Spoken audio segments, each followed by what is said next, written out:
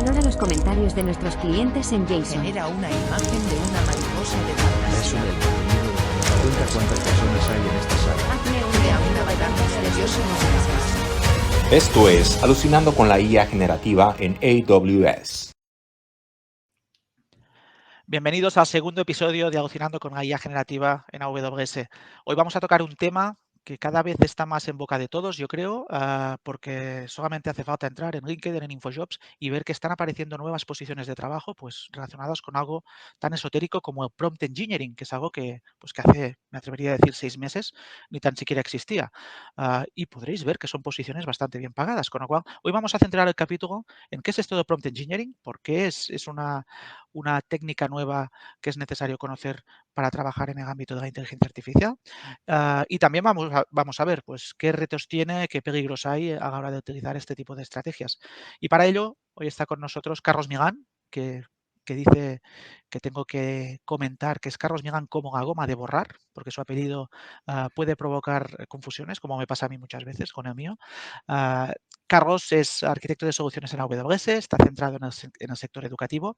Y para los que nos veáis a través de YouTube, probablemente podáis ver detrás suyo que tiene cacharritos interesantes porque es un fan de la retroinformática. Así que, Carlos, bienvenido a podcast y antes que nada, cuéntanos por favor un poquito quién eres, cómo llegaste a AWS y qué son todos estos cacharritos que podemos ver detrás. Bueno, pues muchísimas gracias, Albert, por invitarme. Es todo un placer y un honor estar aquí en este podcast hablando de temas de tantísima relevancia y tantísima actualidad. Efectivamente, el tema de que diga siempre Carlos Milán como la goma de borrar, porque todo el mundo, al menos en España, conoce la goma de borrar Milán. y así trazar rápidamente el apellido porque me confunden mucho con Millán. Y bueno, el tema no tiene tampoco mayor importancia hasta que te sacan un billete de avión y pone Millán en lugar de Milán y dices, bueno, ya tenemos que hacer los cambios aquí. Efectivamente, o sea, al final soy arquitecto de soluciones en AWS. Los arquitectos de soluciones lo que hacemos es alinearnos con los objetivos de negocio y los retos que tengan nuestros clientes y diseñamos soluciones utilizando los beneficios y el potencial de AWS.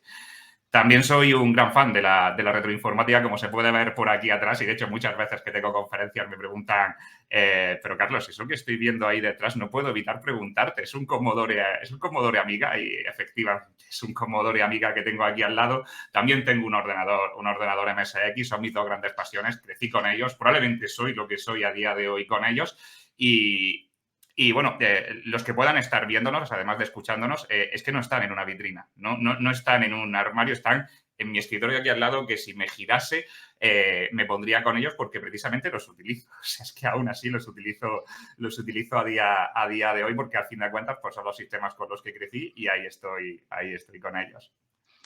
Genial. Pues soy encantado de tenerte hoy aquí en este capítulo. Si te parece, vamos ya un poquito al grano. Se habla mucho, ¿no?, de prompt engineering, vemos posiciones de trabajo. Podemos empezar por lo más básico, que es un prompt, que es el prompt engineering, ¿por qué es necesario? Sí, y bueno, al final, la gente que lleve muchísimos años en temas de informática, la palabra prompt pues, le resultará bastante familiar por el mero hecho del command prompt, ¿no? O sea, cuando abríamos en un sistema operativo pues basado en Windows y teníamos el command prompt o incluso esto podía ocurrir en los tiempos, nos podríamos remontar a los dos y, por supuesto, como no, en Unix o en los Linux con las líneas de comandos, pues siempre hablábamos un poquito del prompt. Y prompt al final es una palabra anglosajona que básicamente lo que viene a decirnos es incitar a alguien o a algo a decir o a tomar una determinada acción. Que si lo pensamos tiene mucha lógica con la línea de comandos. La línea de comandos, a fin de cuentas, no es ni más ni menos que un sistema informático que está esperando a que le demos alguna instrucción para lo que queremos hacer, ¿no? Si hacemos un dir, pues nos muestra el listado de lo que hay dentro del directorio o un ls para la gente que esté más en Unix, ¿no? Y cuando hablamos del prompt engineering, y ya la palabra prompt pues ya vuelve a aparecer un poquito aquí, es que cuando estamos con la inteligencia artificial generativa y estamos con los LLMs, los modelos grandes de los lenguajes, al final, pues no deja de haber una inteligencia artificial con un punto de inferencia al cual le vamos a facilitar alguna instrucción, le vamos a facilitar algún input, ¿no? Y está esperando que demos qué es lo que vamos a hacer. Y esto, pues en sí, es muy análogo a cuando hacíamos el prompt en la línea de comandos. Cuando hacíamos y cuando hacemos, ¿vale? Porque a día de hoy se sigue haciendo muchísimo. ¿Qué es lo que espera una inteligencia artificial a la hora de hacer el prompt de la misma? Pues lo que va a esperar es, de manera similar a la línea de comandos, a que le demos una instrucción, o sea, qué es lo que esperamos que haga. La instrucción probablemente va a tener algún contexto, algún marco en el cual vamos a darle esa instrucción y le vamos a dar también algún dato, quizás para que haga algo. Y en base a eso, pues este modelo de inteligencia artificial pues nos va a coger y nos va a generar alguna salida. E incluso podemos influir en la salida utilizando el prompt. Podríamos decirle, por ejemplo, que la salida no la dé en formato JSON, que podemos encontrar por muchos ejemplos y es algo bastante habitual. Esto tiene una importancia capital, porque en función de cómo hagamos el prompting, el modelo de inteligencia artificial nos va a responder de una manera o nos va a responder de otra y se va a poder adaptar mucho mejor a la solución del problema que nosotros queramos acometer con este trabajo. Entonces, en función de cómo hagamos ese prompting, podemos ser bastante más eficientes, puede estar más acercada la salida de lo que nos va a dar a lo que queremos hacer. Por ejemplo, si nos va a dar algo en formato JSON, pues a lo mejor nos evitamos hacer un parsing de lo que nos esté dando la salida del LLM en ese momento. También podemos darle bastantes medidas de seguridad con respecto a que alguien pues quiera coger y quiera introducirnos alguna entrada en el LLM que no sea justamente la que esperamos. Es un tema que es verdaderamente importante desde el punto de vista de cómo vamos a utilizar de manera eficiente una inteligencia artificial para que al final nos dé la salida que esperamos, ¿no? Y claro, en base a eso, como se está volviendo tan importante y hay mucho tema de ingenio, esto se ha convertido en toda una disciplina. O sea, podríamos decir que si tuviéramos que definir qué es el prompt engineering, podríamos decir que es la disciplina que lo que propicia es que podamos realizar consultas eficientes hacia un modelo grande del lenguaje para que al final nos dé la salida en un formato determinado que esperemos y que al final la integración con aplicaciones y con servicios se haga de manera mucho más sencilla, mucho más eficiente, mucho más mantenible y es bastante importante. Por eso surgen posiciones relacionadas, posiciones de trabajo relacionadas con prompt engineering e incluso, aunque no sean posiciones, podríamos decir que como habilidad, algo que se puede pedir dentro de una determinada posición, es algo que se está también pidiendo muchísimo. Así que sí, efectivamente es un tema muy importante.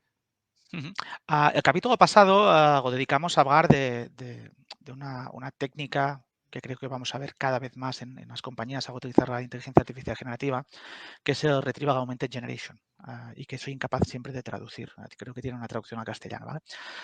En este contexto, entiendo que el prompt engineering también es importante en este tipo de escenarios, ¿no? No solamente para pedirle al modelo que modifique la salida, sino también influir en lo que le estamos pidiendo, ¿no? Pedirle que contextualice lo que le estamos preguntando a cierto ámbito de la información. Aquí, ¿cómo se relaciona prompt engineering con la técnica que vimos en el primer capítulo? Sí, está estrechamente relacionado. O sea, el RAG, el Retrieval Augmented Generation, lo que nos va a permitir es que ante una determinada entrada que queramos hacer al sistema, y cuando digo una entrada que queramos hacer al sistema, hablo de que lo puede hacer una persona humana o puede haber un sistema que se encargue de tomar esa entrada, hacer algo determinado con ella y entonces empezar a tratar con esa información que ha introducido el usuario. Y el Retrieval Augmented Generation está estrechamente relacionado porque, bueno, si lo visteis la semana pasada y a riesgo de redundarme un poquito en algo que ya hayáis comentado, lo que establece es una arquitectura, es una solución en la cual vamos a poder consultar fuentes de datos externas al modelo de inteligencia artificial, es decir, que va más allá de lo que es la pura inferencia del modelo y puede ser una base de datos, por ejemplo. Algo que es bastante común son las bases de datos vectorizadas donde tenemos embeddings de la información, que pueden ser, pues, por ejemplo, documentación que tenemos dentro de la organización relativa pues, a determinados temas. Pensemos, por ejemplo, la documentación de AWS, ¿no? De los distintos servicios. Entonces, lo que hacemos es que, en función de lo que le estamos pidiendo o la query que estamos lanzando, lo que hacemos es que a su vez consultamos esas fuentes de información, obtenemos información relacionada con ello y esa información va a formar parte del prompt que al final vamos a lanzar a la inteligencia artificial.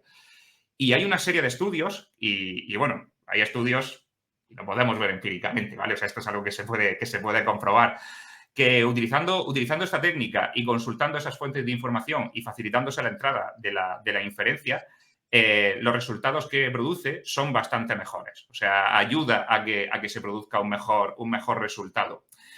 Esto quizás lo comentaréis en el episodio anterior, pero lo que es importante aquí es que estamos haciendo algo de prompt engineering. Porque es decir, si estamos consultando una fuente externa, estamos retirando información, ya tenemos esa información, ahora hay que construir un prompt. Entonces tenemos que ver cuál es la mejor. Seguimos en la misma tesitura de lo que hemos comentado hace unos poquitos minutos. ¿Cómo construimos de la manera más eficiente ese prompt? ¿Cómo aprovechamos que hemos obtenido pues, un conocimiento determinado y entonces eso se lo vamos a pasar al punto de inferencia? Por poner un ejemplo para que se pueda entender un poquito mejor esto. Imaginad que tenemos un prompt en el cual le estamos diciendo al sistema que lo que queremos es que nos hable de los distintos tiering que tiene S3, ¿vale? Que tiene Amazon S3. Y bueno, esto es algo que podemos encontrar fácilmente en la documentación. Y además le pedimos que nos facilite algunos ejemplos de cuáles serían los tipos de datos más adecuados para poner en cada uno de los distintos tiering. Bueno, como los distintos tiering los vamos a encontrar en la documentación, podemos hacer una query, retirar cuál es la parte de la documentación que incluye esa información y lo que vamos a hacer es que cuando construyamos el input vamos a decir necesitamos que me cuentes cuáles serían los distintos tiering de S3 que los puedes ver aquí, te los voy a facilitar como parte del mismo input y además ponme un ejemplo práctico de qué tipo de información estaría o sería adecuado para que estuviera en cada uno de ellos. Haciendo eso, ya le estamos ayudando a decir, pues mira, es que me ha pedido el usuario esto, pero es que ya tienes aquí un poco la respuesta de cuáles son, pero aún así nos podemos beneficiar de un proceso adicional de inferencia, de decir, oye, ponme además algún ejemplo de tipo de dato que se adaptaría más a alguno de estos tiling. Que, por ejemplo, podríamos decir, pues mira, si tienes datos que vas a archivar durante 5 años, que vas a acceder con muy poca frecuencia y que estás simplemente cumpliéndolo por una política de la organización, un requisito legal, pues Glacier es un servicio que se adaptaría muy bien ahí. Estás poniendo un ejemplo. Y aquí estamos combinando un poquito de los dos mundos para generar una solución muy potente, que es estoy consultando fuentes de datos de mi organización o públicas o de donde sea y lo estoy combinando con un proceso creativo también, que es parte de la inteligencia artificial, que es voy a darte unos ejemplos. Que por supuesto que en documentaciones podemos encontrar ejemplos, pero además la inteligencia artificial quizás nos puede ayudar con algunos ejemplos adicionales más creativos. Y este es un ejemplo de la potencia de la técnica del RAG y por supuesto como al final realmente estamos construyendo un prompt con la información que hemos recuperado. Perfecto. Sí, por lo que comentas, ¿no? Y para la gente que esté menos metida en el tema de la generativa o que esté empezando, lo que estoy entendiendo, ¿no? Es que una de las grandes diferencias, porque has hablado de que lo que es la IA generativa al final te expone un endpoint de inferencia con el cual tienes que interactuar. Esto también pasa, ¿no? Con otros servicios de inteligencia artificial pues, que están ahí desde hace mucho tiempo, ¿no? Pues yo qué sé, servicios para traducir, para detectar objetos en imágenes. Esto ya hace muchos años que está ahí, ¿no? Quizás la gran diferencia para la IA generativa y específicamente cuando hablamos de modelos grandes de lenguaje, que son quizás los primeros que impactaron al mundo, ¿no? Es que en este caso la entrada que tú le pasas al modelo no es algo fijo, sino que puede ser absolutamente variable, ¿no? Y que esta entrada es muy importante para determinar cómo va a responder el modelo. Con lo cual hay ese arte, ¿no? Esa práctica, lo que se llama prompt engineering, pues que precisamente es en lugar de tú pasar directamente un JSON con 4 campos, que era el entorno tradicional, pues tienes que pasar algo más elaborado si quieres que la respuesta sea más precisa, ¿no? Correcto, Albert, pero fíjate, voy a ir más allá. No solamente es importante para todo lo que estás comentando, sino que incide en bastantes más temas. Por ejemplo, algo muy importante como puede ser el rendimiento que tiene una determinada inferencia y la latencia que tiene a la hora de responder el modelo. Es decir, si nosotros diseñamos también un prompt que no solamente va a tener la salida que esperamos, que bueno, Esto es muy importante, evidentemente. Si no nos da lo que queremos, mal vamos, ¿no? Pero que además sea óptimo en cuántos tokens, en cuántas palabras, en cuánto texto nos va a sacar, estamos verdaderamente optimizando también. Y esto va a inferir directamente tanto en el tiempo de respuesta, como evidentemente también probablemente en los costes, ¿vale? Por lo tanto, es que es muy, muy, muy importante. De hecho, al final comento que cuando estamos diseñando, o sea, cuando estamos diseñando una estrategia de prompting, al final estamos cumpliendo o deberíamos cumplir con unos buenos principios de diseño, como por ejemplo podríamos encontrar en el World Architecture Framework de AWS. O sea, es decir, si nosotros diseñamos el prompting teniendo en cuenta no solamente que dé el resultado esperado, por supuesto, no haríamos nada si no da el resultado esperado, sino también cómo de mantenible va a ser ese prompting. Excelencia operacional, ¿no? ¿Qué rendimiento va a tener? O sea, cuando yo le haga el prompt, ¿va a ser capaz de responderme en un segundo o va a tardar 5 o va a tardar 6? Esto es eficiencia en el rendimiento.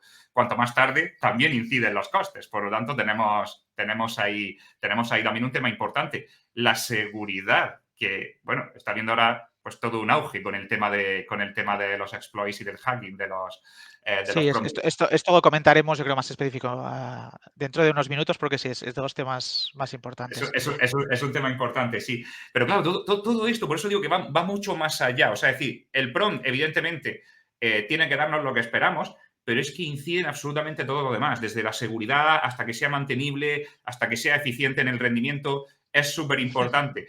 Por eso también esta disciplina está tan en la boca de todos. Si hacemos un prompt que nos da lo que queremos, pero es muy ineficiente, nos suelta muchísimo texto, probablemente vamos a incurrir en mayores costes y el caso de negocio que queremos implementar a través de esta solución, pues va a tener más dificultades para poder cumplir con el ROI que se espera, ¿no? Entonces, importantísimo.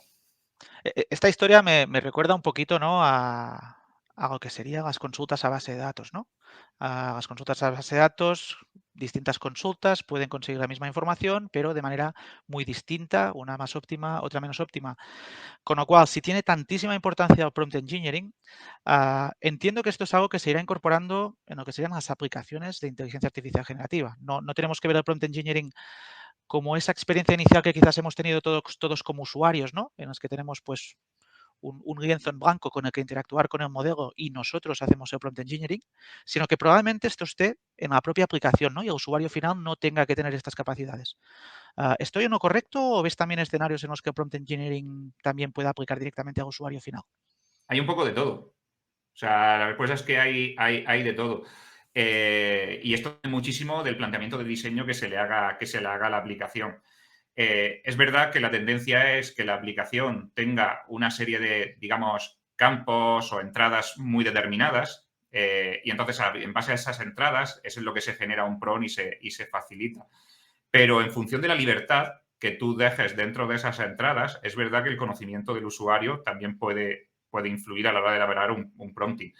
Y en el fondo pasa un poco como con las bases de datos, efectivamente. Es que pasa un poquito. Es que decir, es verdad que hay conocimientos de base de datos de hacer consultas sencillas, pero hacerlas bien para que te dé lo que tú estás esperando, ¿vale? Y esto ocurre, pues, por ejemplo, cuando a lo mejor somos un developer un desarrollador, me sale el anglicismo, en el que simplemente nosotros lo que queremos hacer es consulta simple y no tenemos un conocimiento muy grande, pero nos sirve para el desarrollo que estamos llevando a cabo y a lo mejor tiramos de frameworks o de distintas cosas. Y otra es cuando eres un DBA consagrado que sabe cómo sacar hasta el último ciclo y hasta el último byte de memoria, aprovechando lo que hay en recursos hardware de la base de datos sin eficiencia en la consulta, porque además hasta que conoces el camino de ejecución que va a generar una determinada query en la base de datos, ¿no? Entonces, hay varios niveles y yo creo que el prompt engineering es útil en todos. O sea, es útil en el usuario, pero evidentemente el usuario no tiene que llegar a tantísimo detalle. Y, por supuesto, cuando eres un arquitecto, eres un desarrollador, eres un data scientist y estás interviniendo en todo esto y estás diseñando una aplicación y quizá ese prompt va a quedar un poco más en el backend, pues, evidentemente, es también muy importante y el conocimiento, pues, ya tiene que ser mucho más de grano fino y ir mucho más allá. Así que veo un poquito de los dos mundos. Genial. Muchas gracias. Vamos a entrar un poquito más en detalle, ¿no?, en estrategias que hay. Lo digo porque, sobre todo, bueno, sabéis todos, ¿no?, que cada día están apareciendo modelos nuevos. Solamente hace falta consultar pues, un hub como puede ser Hugging Face para ver que el último modelo que ha salido es mucho mejor que el anterior. O sea, estamos en una carrera, yo creo, para crear modelos fundacionales. Y una de las cosas en las que uno se fija, ¿no?, cuando van saliendo estos modelos es pues, que hay una serie de métricas asociadas a precisión de este modelo. Bueno, precisión creo que no es absolutamente correcto, pero a cuán bien funciona este modelo. Y en muchos casos, pues estas métricas hacen referencia a términos como precisión a la hora de hacer 0 shot, 5 shot, 10 shot. ¿Nos puedes contar un poquito a qué hace referencia todo este tipo de métricas? Que al final no deja de ser cómo se ha hecho prompt con estos modelos, ¿verdad? Sí, efectivamente. A ver, uno de los temas que tiene, y daría para otro programa, Sin es duda. hablar del benchmarking de los modelos, ¿no? O sea, decir, cómo, porque no es un tema baladí. O sea, cómo evaluamos el rendimiento, no del rendimiento desde el punto de vista del puro performance, como he dicho antes, de cuando nos responde, sino cuál es la calidad de las respuestas que nos da y cómo se adapta a lo que le pedimos. La pregunta es sencilla, la respuesta no lo es tanta porque depende muchísimo del escenario, depende muchísimo del tipo de usuarios, depende de tantísimas variables de lo que tú puedas considerar una respuesta adecuada o no, que es un tema complicado. Entonces, haremos un programa para eso. Pero simplemente lo quería para introducir porque quizás es la manera en que muchos han empezado a ver este tipo de palabrejas, ¿no? El totalmente, zero shot, totalmente. el few shot, el one shot. Con lo cual, si nos centramos más en el capítulo de hoy, que es de prompt engineering, ¿qué tipo de estrategias tenemos a nuestro alcance para hacer prompt engineering? Sí, o al menos sí, cuáles son las más comunes, porque entiendo que esto está en evolución constante, ¿no? por supuesto, y van saliendo nuevas estrategias en función también que vamos explorando también un poco los entresijos más científicos del desarrollo de estos modelos, ¿no? No, simplemente por terminar de comentar el tema del benchmarking, es que al final lo que se intenta es llegar a ciertos estándares o acuerdos en qué es lo que puede ser una buena métrica ante un determinado tipo de entrada en función de lo que estemos solicitando en ella. Y algo que se ha convertido en bastante típico y estándar es precisamente esto del zero shot, few shot, cómo responden ante cada uno de ellos, ¿no? ¿Y en qué consisten? Cuando vemos que queremos hacer prompt, tenemos distintas estrategias formalizadas, o sea, bastante formalizadas de cómo podemos coger y podemos escribir una determinada entrada a un modelo de inteligencia artificial generativa. Y cuando hablamos del zero shot prompt, si lo traducimos un poco al castellano, sería pues directamente el primer intento, ¿no? O sea, es decir, hacer un intento y que nos dé la salida. Y es tan sencillo de explicar como eso. O sea, una estrategia de zero shot es que yo le voy a coger y en el prompt voy directamente a escribir qué es lo que le voy a pedir al modelo y vamos a ver qué es lo que me responde. ¿Ha respondido mejor? ¿Ha respondido peor? ¿Me ha dado justo lo que necesitaba? Ya con esto aquí he terminado y genial porque es justamente la entrada que necesito. Y en base a eso, pues lo evaluamos. Esto es lo que llamaríamos zero shot. Por poner un ejemplo de lo que sería un zero shot, tengo aquí anotada una entrada que hice ayer y la leo para quien no nos esté viendo que pueda ver en qué consiste. Le comento, esto lo entraba y la prueba la estaba haciendo con el Llama 2, ¿vale? O sea, para que nos pongamos un poco en contexto también de con qué modelo estaba trabajando. Comento, eres un profesor experto en retrocomputación, vaya, qué casualidad, que va a crear un examen para sus estudiantes sobre historia del ordenador MSX. El examen constará de 5 preguntas, cada una de ellas con un máximo de 3 opciones, indicando cuál es la respuesta correcta en cada caso. Dame la respuesta en formato JSON siguiendo la siguiente plantilla. Entonces, abro un par clave valor, digo que hay pregunta, la pregunta tiene una respuesta que dejo en blanco, es una plantilla JSON, y después tenemos un array de preguntas y después simplemente un valor que dice cuál es la respuesta correcta con su índice, ¿no? Y la respuesta que obtengo es, por supuesto. A continuación te proporciono 5 preguntas para el examen de historia del ordenador MSX, junto con 3 opciones de respuesta y la respuesta, bueno, me repito un poco todo. Todas las preguntas han sido formuladas de manera objetiva y basadas en hechos históricos verificables. Bueno, muy bien. Y aparece la pregunta, ¿cuál fue el primer modelo de ordenador MSX lanzado al mercado? A, el Sony IBIS 75. B, el Philips VG 8020. C, el Casio FX 11. Respuesta correcta, la 1. Y todo esto que estoy leyendo me lo está dando en formato JSON. Y a partir de aquí, continúa con la siguiente pregunta. Pues aquí podría decir que solamente con este primer prompt, pues ya está, pues ha cumplido con la estrategia y con lo que pretendía. Esto es zero shot. No he tenido que hacer varias iteraciones, no he tenido que darle ejemplos, simplemente lanzo mi pregunta, lanzo lo que quiero, le pido y le facilito también un poquito de datos, como ha sido también la plantilla, oye, quiero que me lo devuelvas en este formato, y ha hecho bastante bien el trabajo, ¿vale? Pero a veces esto no es suficiente y depende también de cuál sea la complejidad de la tarea que nosotros vamos a darle al LLM. Y entonces puede que nos quedemos cortos. Entonces, cuando nos quedamos cortos, a veces tenemos que ayudarle un poquito. Y entonces entramos en lo que se llama el few shot prompting. Cuando llamamos few shot prompting, significa que vamos a tener al menos 2 o más intentos, por así decirlo. Quizá no tanto intentos, pero 2 o más ejemplos para ilustrar un poco al LLM cómo debería comportarse y cómo debería dar respuestas ante un determinado razonamiento. Es decir, le vamos a ayudar a que llegue un poquito a todo eso, ¿no? Y lo hacemos directamente en el prompt. ¿Cómo lo hacemos? Una forma de hacerlo sería, oye, vamos a realizar esta determinada tarea y la respuesta que yo espero para esta tarea es justamente esta. Ponemos algún marcador que digamos que vamos a hablar de una segunda tarea y mira, si te encuentras ahora esta segunda cuestión en la cual te pido esto, la respuesta que voy a esperar es esta. Y así, iterativamente, y en función de cuántas hagamos, hablamos del 1, del 2, del 3, el shock prompting. Y en base a eso, vamos a ayudar al LLM a decir, vale, esto verdaderamente es lo que quiere que haga. Voy a coger y lo voy a hacer. E igual que antes, pues también he hecho un pequeño ejemplo. Y además, debo comentar, por ejemplo, antes lo he hecho con el MSX, pero fijaos que lo que genero es un examen de preguntas. Estos son ejemplos reales que nos están pidiendo los clientes, ¿vale? O sea, es decir, que esto verdaderamente se basa en situaciones reales que se pueden poner en práctica en muchísimos casos, ¿no? Ejemplo de few shot prompting.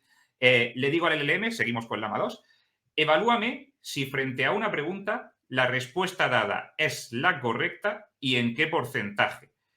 Hago hincapié en que la respuesta correcta es texto libre. El usuario puede escribir lo que quiera como respuesta. No es un problema trivial de solucionar si no estamos utilizando este tipo de tecnología. Corrección de exámenes, no de tipo test, sino de texto libre. Texto libre. No es fácil esto, ¿eh? No es nada fácil. Y bueno, como no es fácil, le voy a ayudar. Voy a hacer few shot prompting, le voy a ayudar y le voy a decir, oye, ¿cómo sería? Entonces, sigo con el prompt y dentro del mismo prompt pongo pregunta, 2 puntos, ¿por qué la luna brilla? Respuesta, 2 puntos, porque la luz del sol se refleja en ella. Evaluación, que es verdaderamente lo que espero de salida del LLM, evaluación, respuesta 100% correcta. Ya tengo el primer shot. Vamos a por el segundo. Pongo un separador, en este caso he utilizado 3 almohadillas, y voy al siguiente. Pregunta, ¿es la luz una onda o una partícula? Respuesta, la luz es una partícula. Y ya. Evaluación, la respuesta es 50% correcta, ya que la luz se comporta como una onda y como una partícula. O sea, solo tengo el 50% de la respuesta correcta. Hago 2 y ahora con la siguiente es donde ya voy a meter el input de verdad del que yo espero una respuesta. Y hago pregunta. ¿Se consideran todas las comunicaciones a través del cifrado TLS seguras? Respuesta, sí, ya que se encuentran cifradas.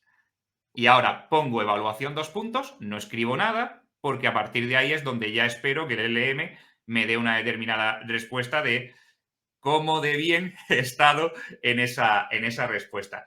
Y leo literalmente lo que me saca Llama 2 en este caso. Entonces, él me repite la pregunta y en la respuesta me la empieza a razonar. Me dice respuesta, no necesariamente. Bien, menos mal. No necesariamente. Aunque el cifrado TLS proporciona una capa de seguridad adicional, no garantiza que todas las comunicaciones sean seguras. Es posible que existan vulnerabilidades en el sistema que permitan acceder a información confidencial. Además, el cifrado TLS no protege, bueno, hace una elaboración que es un poco larga, que no la voy a leer entera, de situaciones específicas en las que el mero hecho de tener el TLS no hace que todo se encuentre absolutamente seguro.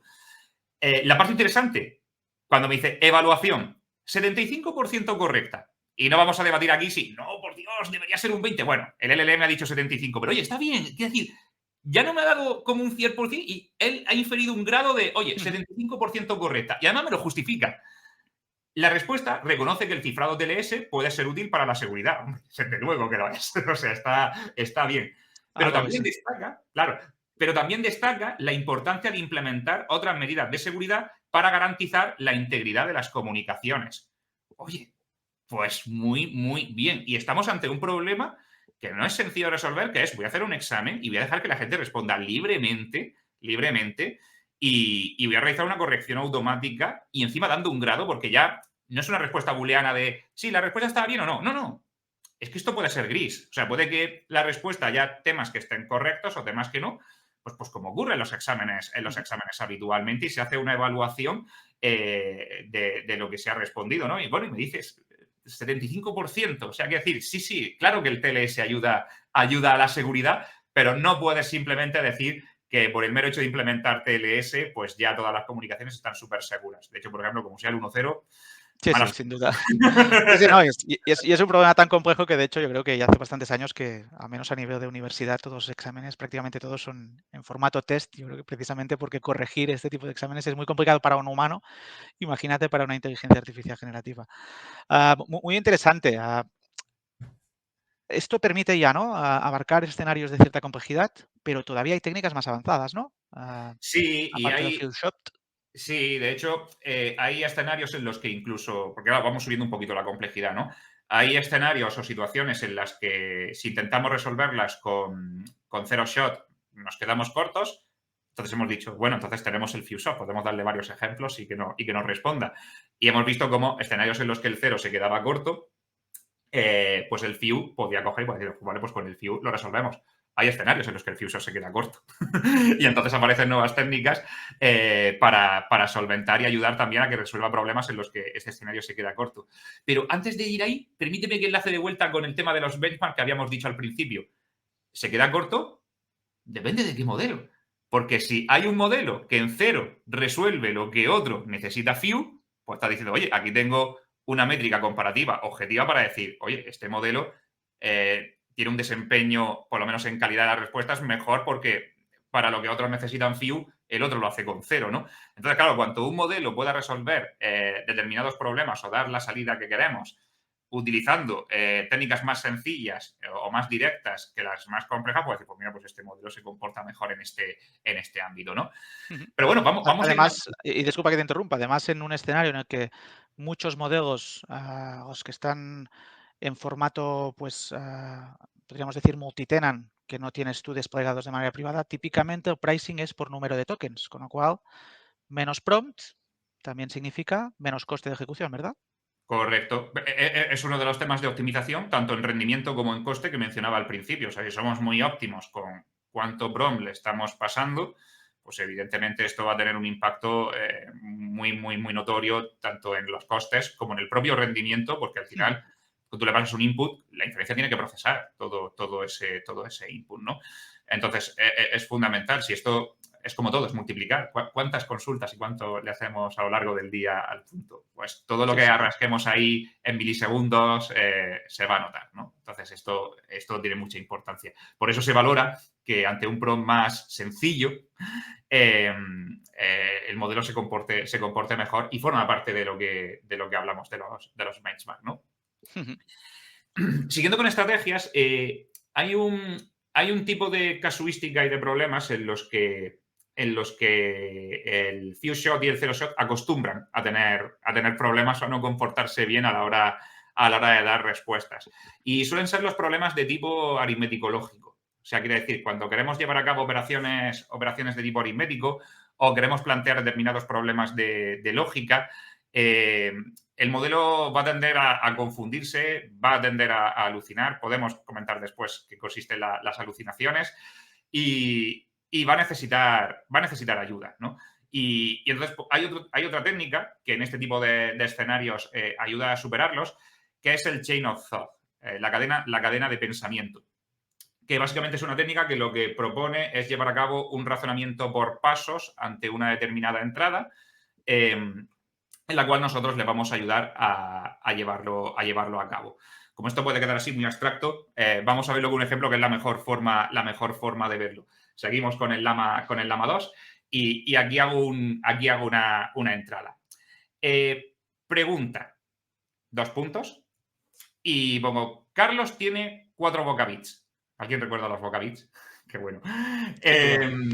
Decide comprar una bolsa donde vienen 4 vocabytes.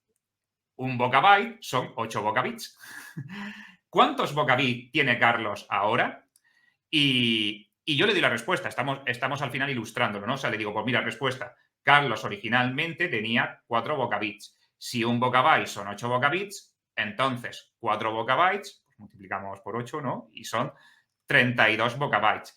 Entonces, 4 que tenía originalmente más los 32 que vienen en la bolsa nueva son 36. La respuesta es 36 vocabits. Ya le he ilustrado en cuál sería la cadena de pensamiento que tiene que seguir, el razonamiento lógico y aritmético que tiene que seguir para dar a la respuesta. Y ahora le voy a hacer una pregunta, ¿vale? Esto forma parte del mismo PROM, no estamos saliendo del PROM todavía, ¿vale? Pregunta. El MSX de Carlos tiene 1 megabyte de memoria RAM. Carlos decide agregarle una expansión de 4 megabytes de RAM y posteriormente ejecuta una aplicación. Entre el sistema operativo y la aplicación se consumen 2 megabytes de memoria RAM. ¿Cuánta memoria RAM queda disponible en el MSX de Carlos? Una cadena de pensamiento también lógico. Respuesta, ¿vale? Todo lo que he dicho anteriormente forma parte del mismo PROM y ahora viene la respuesta del LLM.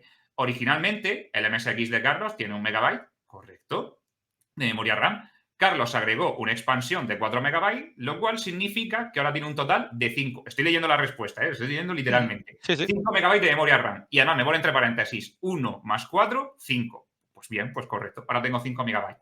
Luego se menciona que entre el sistema operativo y la aplicación consumen 2 megabytes de memoria RAM.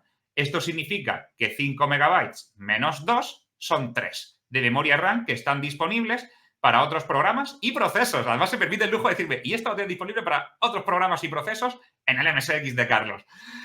Y finaliza diciendo, la respuesta es 3 megabytes de memoria RAM que quedan disponibles en el MSX de Carlos después de ejecutar la aplicación y considerando la memoria RAM utilizada por el sistema operativo y la aplicación.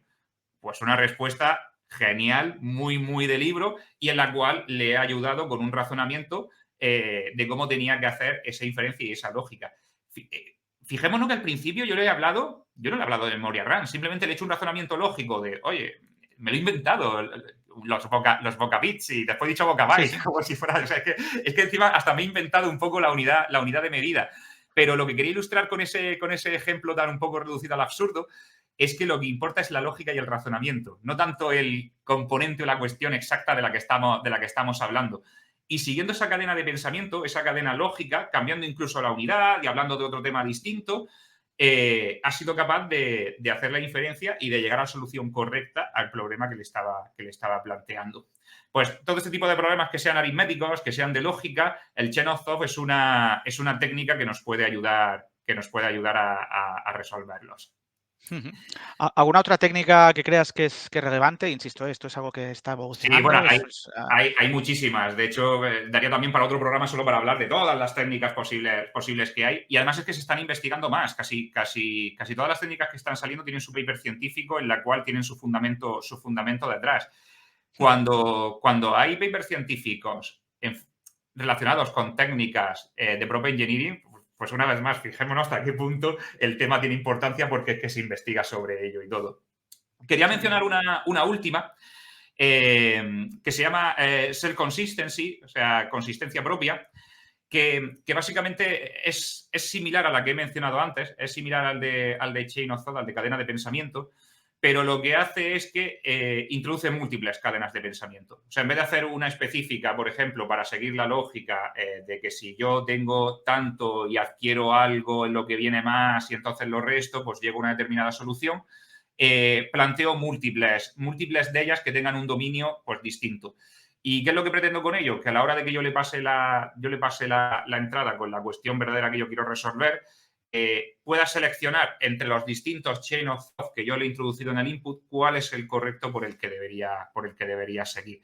Por lo tanto, sería como una especie de array de chain of thought en el cual pues, la inferencia se le insta a que seleccione cuál es el más adecuado para resolver el problema, porque a lo mejor, pues para este que yo he puesto de tengo tanta memoria y adquiero más, pero después ejecuto aplicaciones y demás, pues funciona bien. Pero si me salgo de esa cadena lógica, quizás no se compone tan bien porque no le he facilitado lo que necesita saber. Pues facilito varias y dentro del mismo prompt pues las resuelvo. En esto consiste el Search Consistency.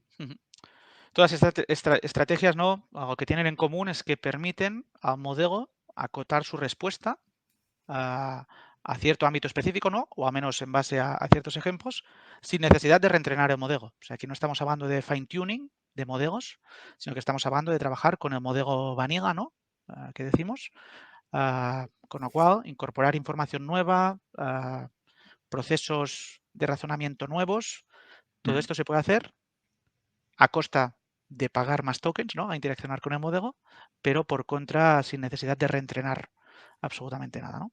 Correctísimo. Y además, pues cuando se empieza a trabajar en esta línea de inteligencia artificial generativa y uno dice, ¿por dónde empiezo? Es que es tanto lo que hay en este mundo, tantas técnicas, tantas cosas que puedo hacer.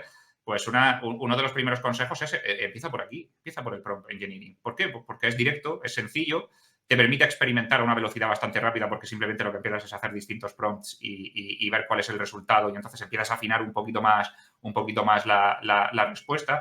Esto ya te permite per se también ver si el modelo con el que has seleccionado para trabajar en una determinada aplicación es el más adecuado o no, porque muchas veces también surge este problema de, oye, ¿y por cuál empiezo y cuál cojo? Pues en base al dominio y en base a lo que quieres hacer, pues se puede hacer una preselección, pero hasta que verdaderamente no experimentas, no tienes 100% claro, pues vale, pues este es el que me sirve, ¿no? Y el Prompt Engineering es una forma estupenda de empezar a experimentar y de empezar a hacer ese perfilado de, oye, ¿me sirve, no me sirve?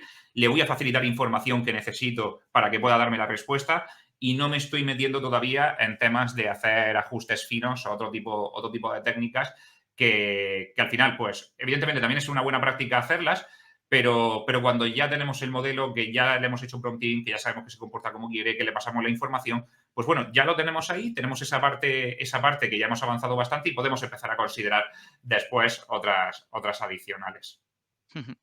Genial. Hemos comentado que hablaríamos en el capítulo de hoy un poco también de los peligros que tiene, pues, posibles ataques que se pueden hacer a nivel de prompting, pero yo creo que mejor que hagan, y te propongo ya aquí mismo, a grabar un capítulo específico para eso, porque yo creo que si no nos vamos a ir muchísimo de tiempo. Y sí que me gustaría centrarme quizás en un par de temas un poquito más pragmáticos a la hora de hablar de prompting. El primero sería, nos has dado unos cuantos ejemplos, ¿no? Y has dicho, pues mira, cuando hago un few-shot, pues le digo pregunta, 2 puntos, le doy un ejemplo. Luego le paso una plantilla, pues en base a JSON. ¿Todo este formato para prompting es algo específico de cada modelo? ¿O es una práctica que podemos aprender desde un punto de vista más generalista y podríamos aplicar a todos los modelos que vayan saliendo? La pregunta es muy, muy buena, Albert. Digamos que la práctica en sí es generalista, ¿vale? O sea, es decir, el prompt engineering es una práctica generalista, sobre todo en los modelos de inteligencia artificial generativa, y a riesgo otra vez de redundarme si ya lo habéis comentado, hay muchos. O sea, aquí nos estamos centrando quizá un poquito de los que convierten de texto a texto. O sea, quiere decir que estamos ante una determinada input de texto y nos sacan texto. Pero después tenemos los de texto a imagen, tenemos los que hacen un poquito viceversa, los de imagen a texto. Sí, centrándonos en los de texto a texto, por ejemplo, porque está claro que pues, cuando trabajas o interactúas con Stable Diffusion, ¿no? Pues si quieres crear fotos, todos hemos probado, ¿no? Y ahora le pongo high quality, y ahora le pongo... Creo que esto lo hemos hecho todos, ¿no? Pero centrándonos, o sea, os digo porque poniéndome, ¿no? en la piel de alguien que está empezando, pues verá que si quiere pues interaccionar pues con un llama 2 o con cuando esté disponible, por ejemplo, con un Titan o más famosos de otros proveedores que podáis conocer, ¿tendría que interactuar de la misma manera? ¿O Depende, hay estrategias específicas? Hay estrategias específicas, ¿vale? Lo que pasa es que el tema del prompting, ¿vale? En esencia, cuando un modelo de inteligencia artificial ha sido entrenado y sale en un estado, vamos a decir, vanilla, en un estado limpio, en el fondo, al final, lo que hacen estos modelos grandes del lenguaje es predecir cuál es la siguiente palabra que tiene que intuir en base a una entrada que se le ha dado, ¿no? Y entonces, cuando ha inferido esa nueva palabra, esto vuelve a retroalimentarlo como entrada y entonces genera la siguiente. Y de esa manera, pues va generando todo el texto con el que nos va a dar en la salida.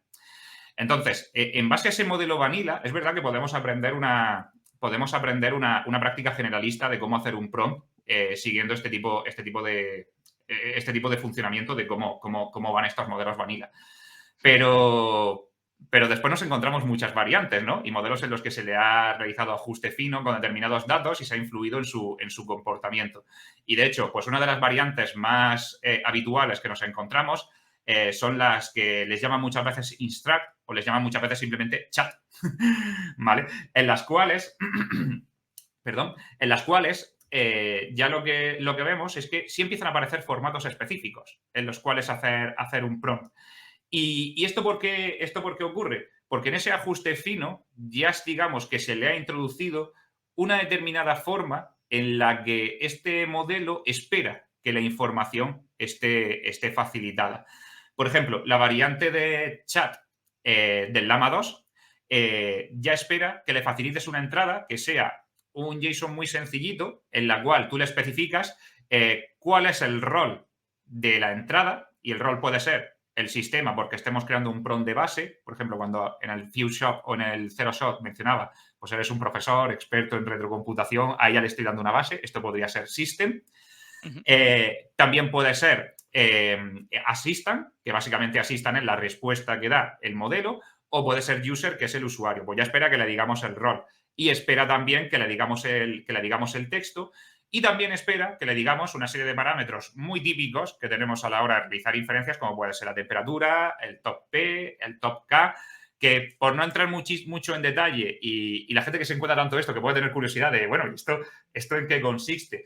Al final son hiperparámetros que lo que van a hacer es básicamente dar una medida o influir en el modelo para ver cómo de creativo va a ser en sus respuestas. Es decir, cuál va a ser la probabilidad de que en su red neuronal aquellos caminos que no han obtenido necesariamente un peso alto en la toma de decisión de que esto debería ser lo que debería decir, pues le vamos a dar un pequeño puntito de probabilidad de, oye, pues aún así podría coger y podría ir por aquí. Eso también fue una parte de la entrada del prompt. Y si la gente se pregunta, que es una pregunta muy habitual de, pero bueno, ¿por esto qué hago? ¿Lo pongo muy alto, que sea muy creativo? ¿Lo pongo que sea menos creativo? ¿Esto cómo va? Respuesta a ello, como siempre, el caso de uso. O sea, es decir, por ejemplo, si lo que vamos a elaborar es una aplicación que va a dar respuestas ante un determinado dominio de conocimiento, nosotros lo que queremos es que el modelo sea lo más determinista posible. Entonces, lo que vamos a hacer es que le vamos a poner una temperatura bastante fría y el top K y el top P pues también van a ser bajitos, para que al final la certeza de que un camino que ha tenido alta probabilidad, y cojamos certeza entre comillas porque aquí siempre hablamos de probabilidades, ¿vale? Sea alta.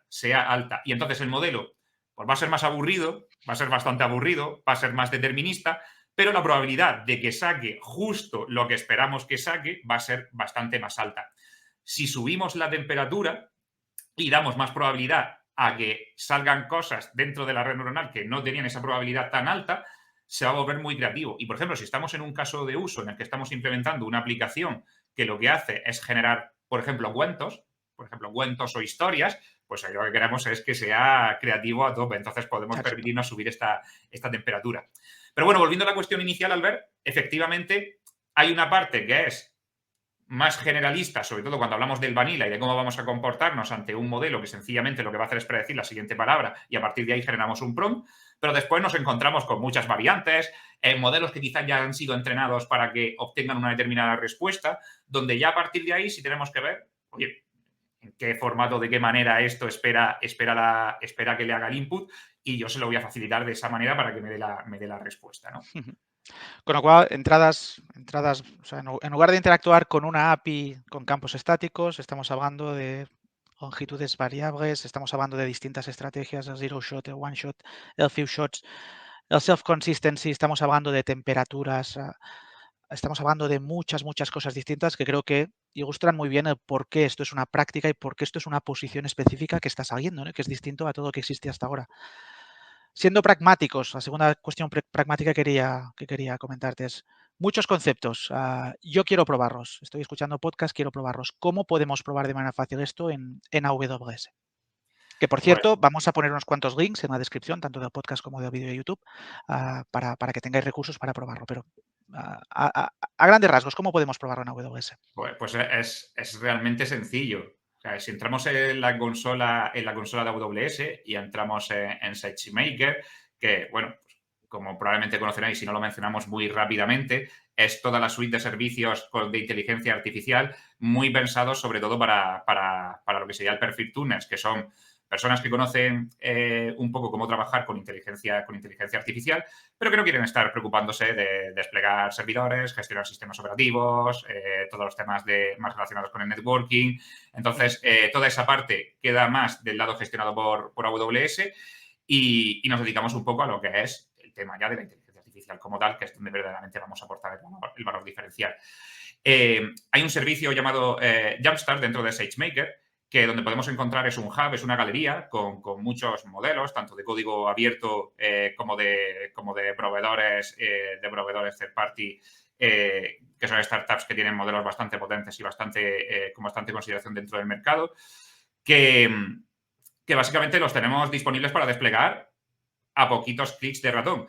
Pero claro, si lo que queremos es incluso probarlos antes de desplegarlos, hacer una prueba rápida, y mira que desplegarlo no es para nada es muy sencillo.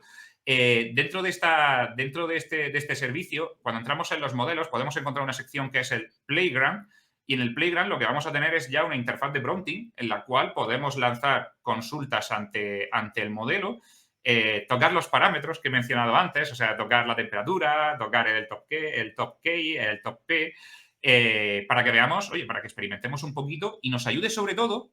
Por un lado, nos puede ayudar a aprender, desde luego, porque al final podemos empezar a hacer ahí prompting y podemos aprender utilizando directamente el Playground, que también es para eso. También nos puede ayudar mucho a decidir cuál es el modelo adecuado con el que podríamos empezar a trabajar, porque podríamos decir, ¿el Falcon es el modelo con el que debería empezar? ¿O puede que quizás el Llama 2? ¿Debería probar el Jurassic? Pues bueno, puedes coger y puedes ir al Playground y puedes coger y puedes hacer una prueba con algunos prompts, probar estrategias incluso de las que hemos mencionado aquí y ver cuál es la salida. Y esto pues te sirve tanto para aprender como para ver si es el modelo que más se adapta al caso de uso que estás diseñando o estás implementando. Y en este caso, sin desplegar absolutamente nada, ¿no? Son modelos que ya están corriendo en un entorno de AWS, con lo cual animo a la audiencia a seguir el par de links que os vamos a pasar. Si queréis pues probar estas estrategias de prompt engineering que hemos comentado, ahí tenéis la opción. Os vamos a pasar un link con el Playground y os vamos a pasar un link también para hacerlo con Notebooks, en el que siempre se puede jugar un poquito más, ¿no?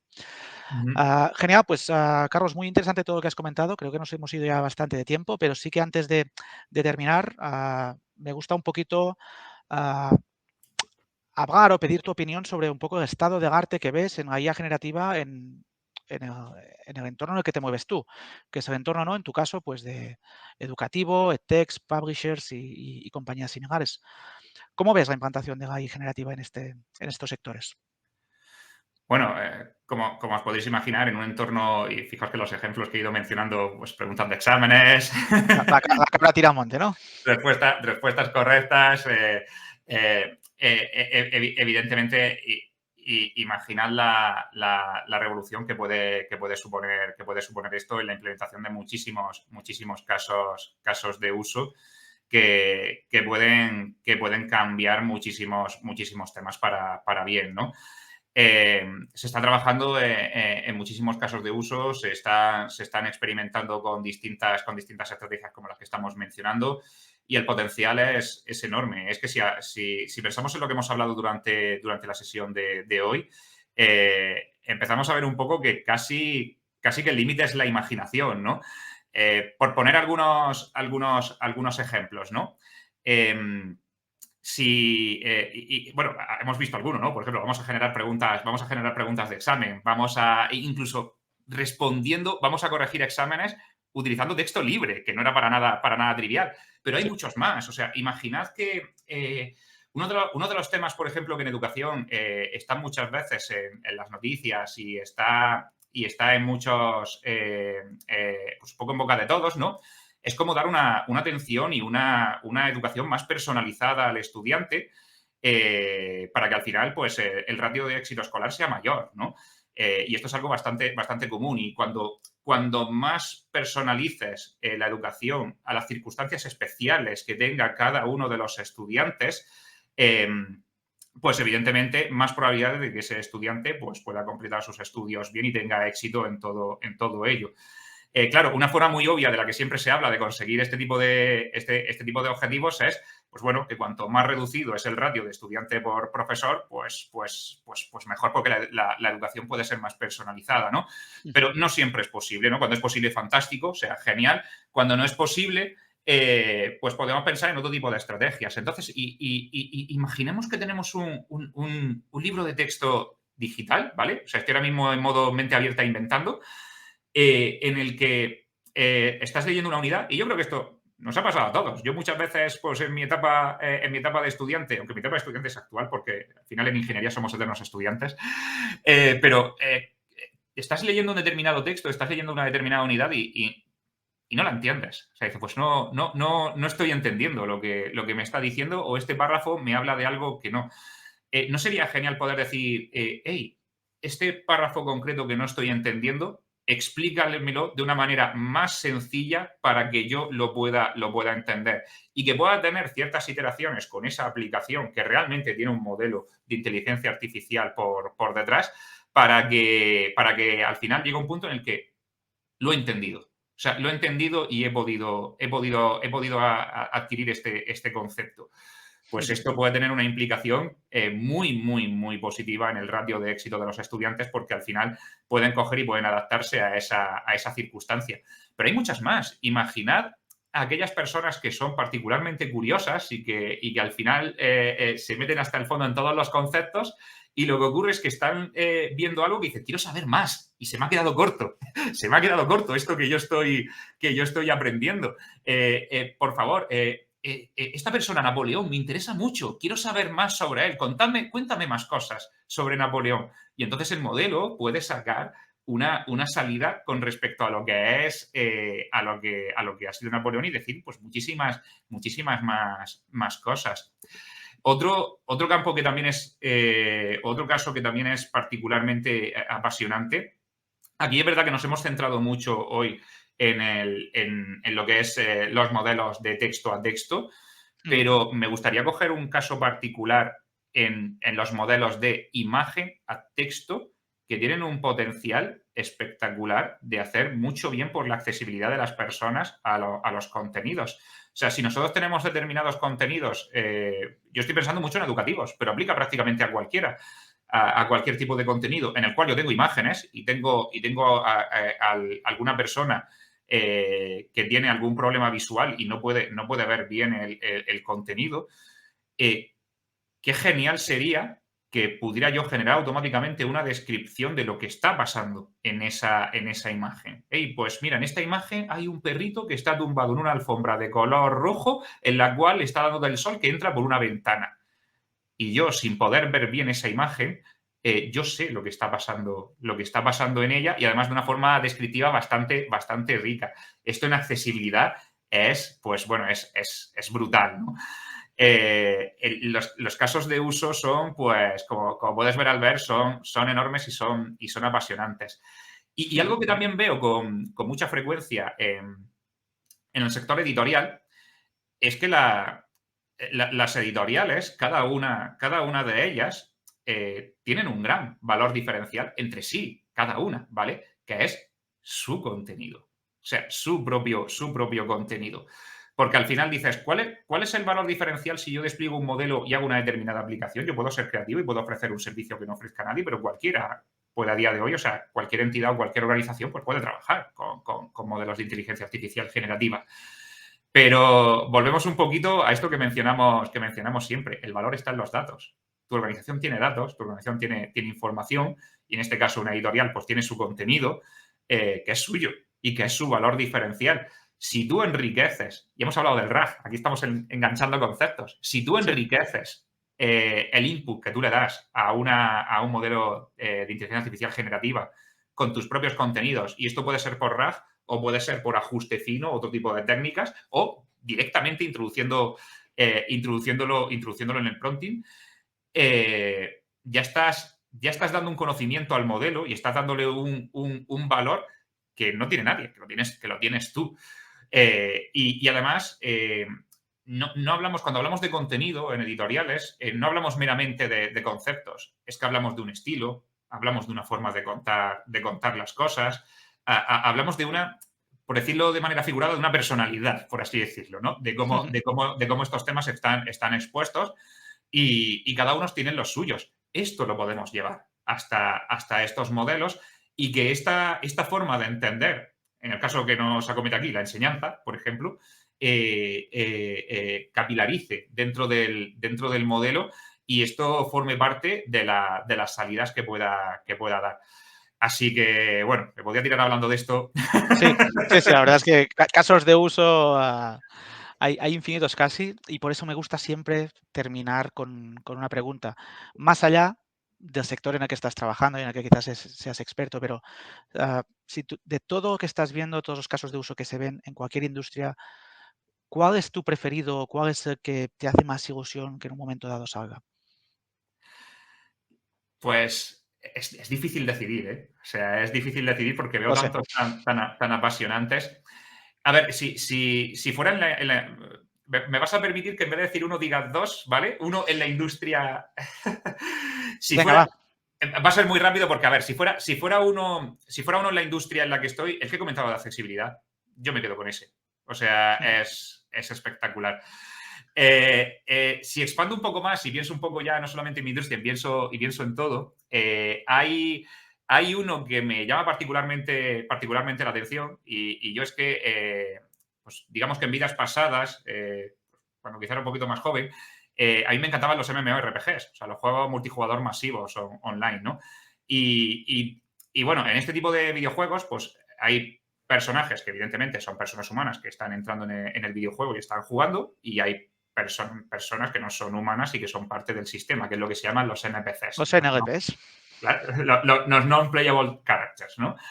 Me fascina mucho la posibilidad de incorporar estos modelos del lenguaje a estos NPCs y además no meramente hacerlos una interfaz con la que hablen con el LLM, sino que, como hemos visto, con un poquito de prompt engineering podemos hacer que tenga una personalidad, que tenga algo que esté haciendo, que tenga un interés y darle una personalidad dentro de este mundo virtual y entonces hacer que y al interactuar con ellos, la interacción sea muy parecida a la que tendríamos con un humano, pero con una diferencia fundamental y es que van a estar medidos en su rol a tope.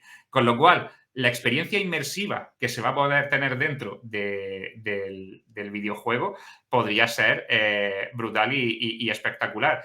Y esto podría aplicar también a educación perfectamente, porque si nosotros hacemos un entorno virtual en el cual esté diseñado para hacer gamificación de determinados conceptos, donde vas a entrar en un mundo virtual, donde te van a enseñar pues, determinados temas, y aquí puede ser cualquier materia, desde matemáticas a filosofía o a lo que se nos pueda pasar por la cabeza, esto puede ser también un escalón importante a cómo podemos entender a día de hoy pues la pedagogía de la enseñanza, ¿no? Pero me fascina bastante esta posibilidad de que, oye, vamos a tener un mundo inmersivo donde prácticamente todo va a estar en su rol y vamos a poder hablar con ellos sin que, bueno, ya sabemos lo que ocurre con los NPCs, ¿no? Que hablamos una vez, nos dicen algo y hablamos la segunda y nos dicen exactamente lo mismo. Sí.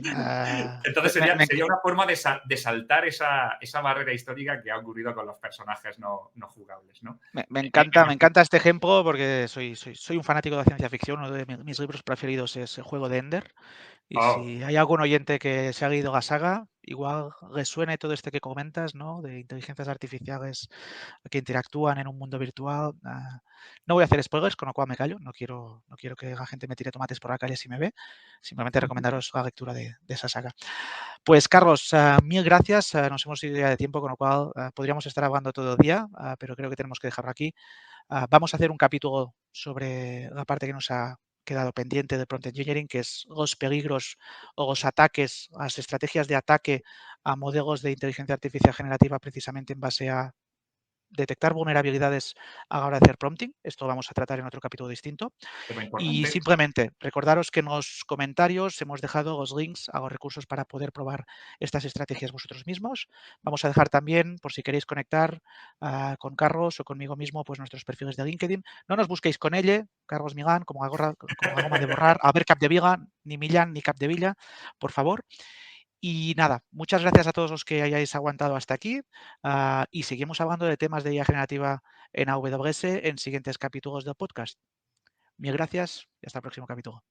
Hasta la próxima.